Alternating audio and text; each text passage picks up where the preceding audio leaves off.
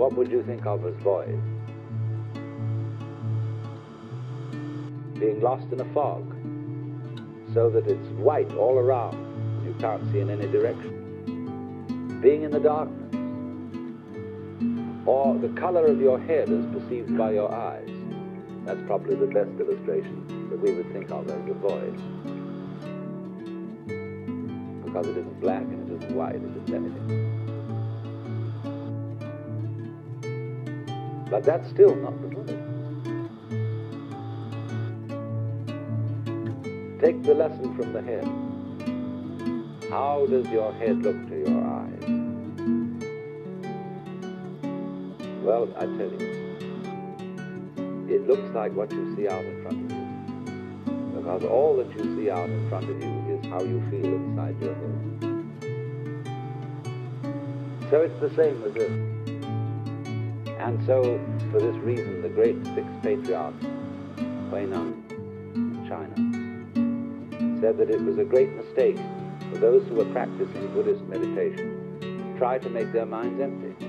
And a lot of people tried to do that. They sat down and tried to have no thoughts whatever in their minds. Not only no thoughts, but no sense experiences. So they'd close their eyes, they'd plug up their ears, and generally go in for sensory deprivation. Well, sensory deprivation, if you know how to handle it, can be quite interesting. It'll have the same sort of results as taking LSD or something like that.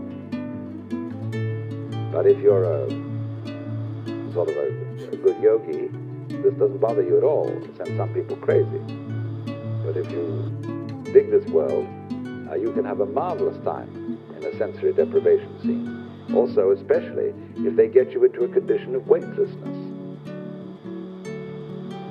Skin divers going down below a certain number of feet, I don't know exactly how far it is, but get a sense of weightlessness. And at the same time, this deprives them of every sense of responsibility.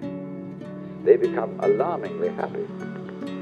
And they have been known to simply take off their masks and offer them to a fish. And of course, they then drown. And this is happening to the men who go out into space.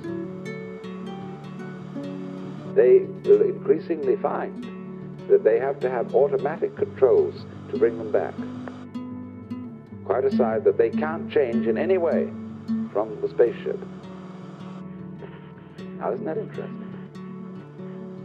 Can you become weightless here? I said a little while ago that the person who really accepts transience begins to feel weightless. Enlightenment is just like ordinary everyday experience, but about 2 inches off the ground. Can you become weightless here? I said a little while ago that the person who really accepts transience